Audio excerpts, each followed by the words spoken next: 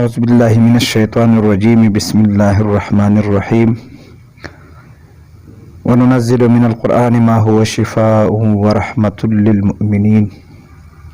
صدق الله مولانا العظيم إن الله وملائكته يصلون على النبي يا أيها الذين آمنوا صلوا عليه وسلموا تسليما اللهم صل على سيدنا ومولانا محمد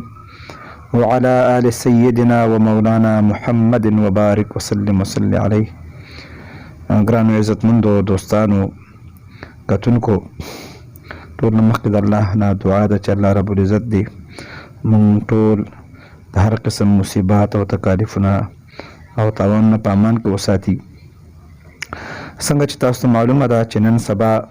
زمونږ په یوټیوب چینل باندې د جادو او د حقیقت د هغې حقیقت او تاریخ مبارک یو موضوع را روانه ده. څه پروګرامونه مونږ کړي دي او انشاءالله العزیز که ژوند وفا وکړه نو نور به هم مونږ انشاءالله کوو. خو په دې دوران کې ما ته داسې یو کیس لاسته راغی چې هغه چا باندې جادو شوی او یو کس به او ما به د ډېر وخت نه دلته راتله. نو هغه چې کوم دی بیا ما چې کله د هغوی حساب وکړو نو هغه باندې جادو اثراتو د هغوی په کور کې ډېر غټ مسایلو مسلې ورته کاروبار تباه و ورځ پر ورځ به قرضداري کېده او د ګټې به پته نه لګېده تاوانونه او د جنکو د رشتو مسلې وې ورته او هم حتی دا چې سړی د ژوند نه مایوسه شوی و نو ډېر پریشان او بیا هغه دپاره ما مشوره وکړه چې راځه د حساب کتاب به وګورو چې دا څه وجه ده. نو هغه له چې ما کله بیا حساب وکړو نو هغه ته خو ما وویل چې داسې اثرات راځي چې په تاسو باندې د جادو د سحر اثر دی. نو هغه بیا ما ته ویل څنګه به وشي؟ ما چې دې به علاج کوو. نو چې کله بیا د هغې علاج مونږ وکړو روحاني طور باندې نو الحمدلله ثم الحمدلله هغه چې کوم دی نو داسې کور کې ورځ وې ناستو او چې دغه برن یو شاپر را پرېوتو نو شاپر چې کولاو کړو نو هغه شاپر کې داسې ناشنا شیزونه چې په دې باندې سحر شوی نو هغه تاسو ته نن ښیمه او الله رب العزت د کوم جادوګران چې دي او څوم چې جادي کوي هغې ته د الله هدایت وکړي. نو هغه چې کله شاپر بیا ما راوړو نو هغه ما بیا کولاو کړو نو ما بیا دا سوچ وکړو چې راځه تاسو ته یې هم وښایمه. نو دا چې کوم دی دا تاسو وګورئ دا شاپر دی ګورئ دا تعویضات یې مال راوړي دي او تاسو دا وګورئ. ښه دا جی به دې کاغذ کې دي نو تاسو وګورئ. استغفر الله دا تاسو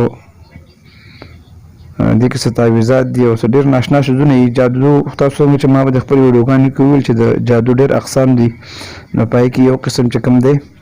هغه دام دی. دا وګورئ دا څه کپړې دي او د دوی دا تعویضات هم پکې دي. تاسو ته زه ښیمه که تاسو ته په نظر راځي دا تاسو وګورئ. دا څه کپړې دي پکې دي چې دا قسم قسم څومره کپړې دي چې په دې کور کې څومره انسانان دي لکه نېرنې زنانه دي د هر چا د کپړو نه حصه یې مو سره اخیستې ده او دا لږ ویښته که تاسو ته په نظر باندې راځي دا ویښته هم دي. دغه هم څه غوټې ورکړي دي د زنانو کپړو حصې دي او د نارینهو دي. دا یو بند دی دې له درې څلور ځای کې غوټه ورکړې ده او چې کوم دی نو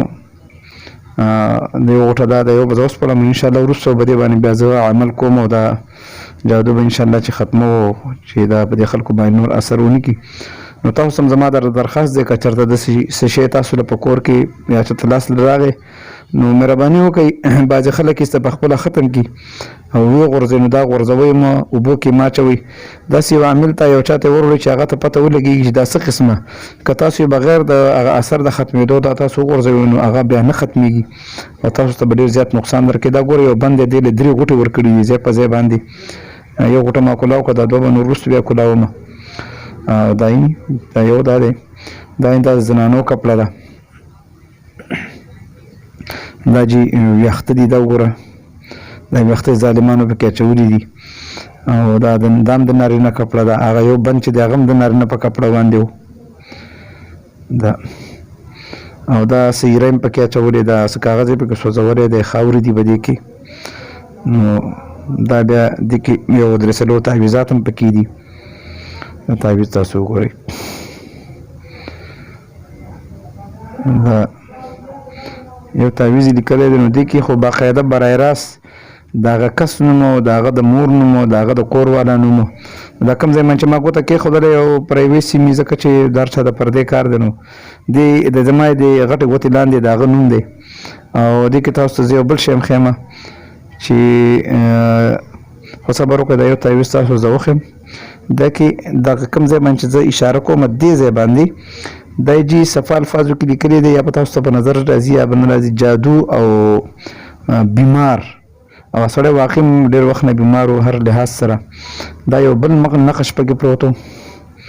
دا مې یو نقش دی دا دویم وجي او دا چې کوم دی دا پکې دریم نقش دی نو دا ظالمان دي دا ورځي او دا خلکو باندې تعویضات او دا شیزونه کوي او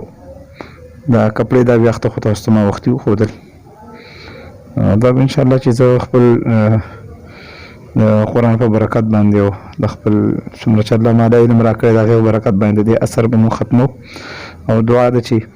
الله رب العزت داسې بېعمله خلکو ته او داسې بېایمانه خلکو ته هدایت وکړي هغه کسان چې کوم کوي او هغه کسان چې ورباندې کوي چې ورځي پیسې ورکړي چې دا زموږ یا رشته دار دی یا څوک دی چې د کاروبار تباه شي نو دا پریشان شي نو الله دې هغو ته هدایت وکړي او که هدایت یې نصیب کړي نو الله دې نیست و نابود کړي بس دغه یو څو دغه دا تاسو ته ما شیر کول تیاره موضوع او دې موضوع دوران کې مې الله چې تاسو سره دغه هم وکړمه تاسو دا هم ښیمه نو ګرانو عزتمندو بس دغه یو څو دغه انشاءالله العزیز تاسو زما راتلونکي ویډیوګانې چې کومې دي دا ډېر په غور سره وګورئ او هغې کې به تاسو ته ډېر بهترین معلومات ملو شي او انشاءالله هغې به تاسو ته بیا زه علاج هم ښیم چې پخپله تاسو دې علاج کوئ نو تاسو زما سره زما په چینل کې اوسئ د راتلونکي ویډیو پورې ماله اجازت راکئ د لوی الله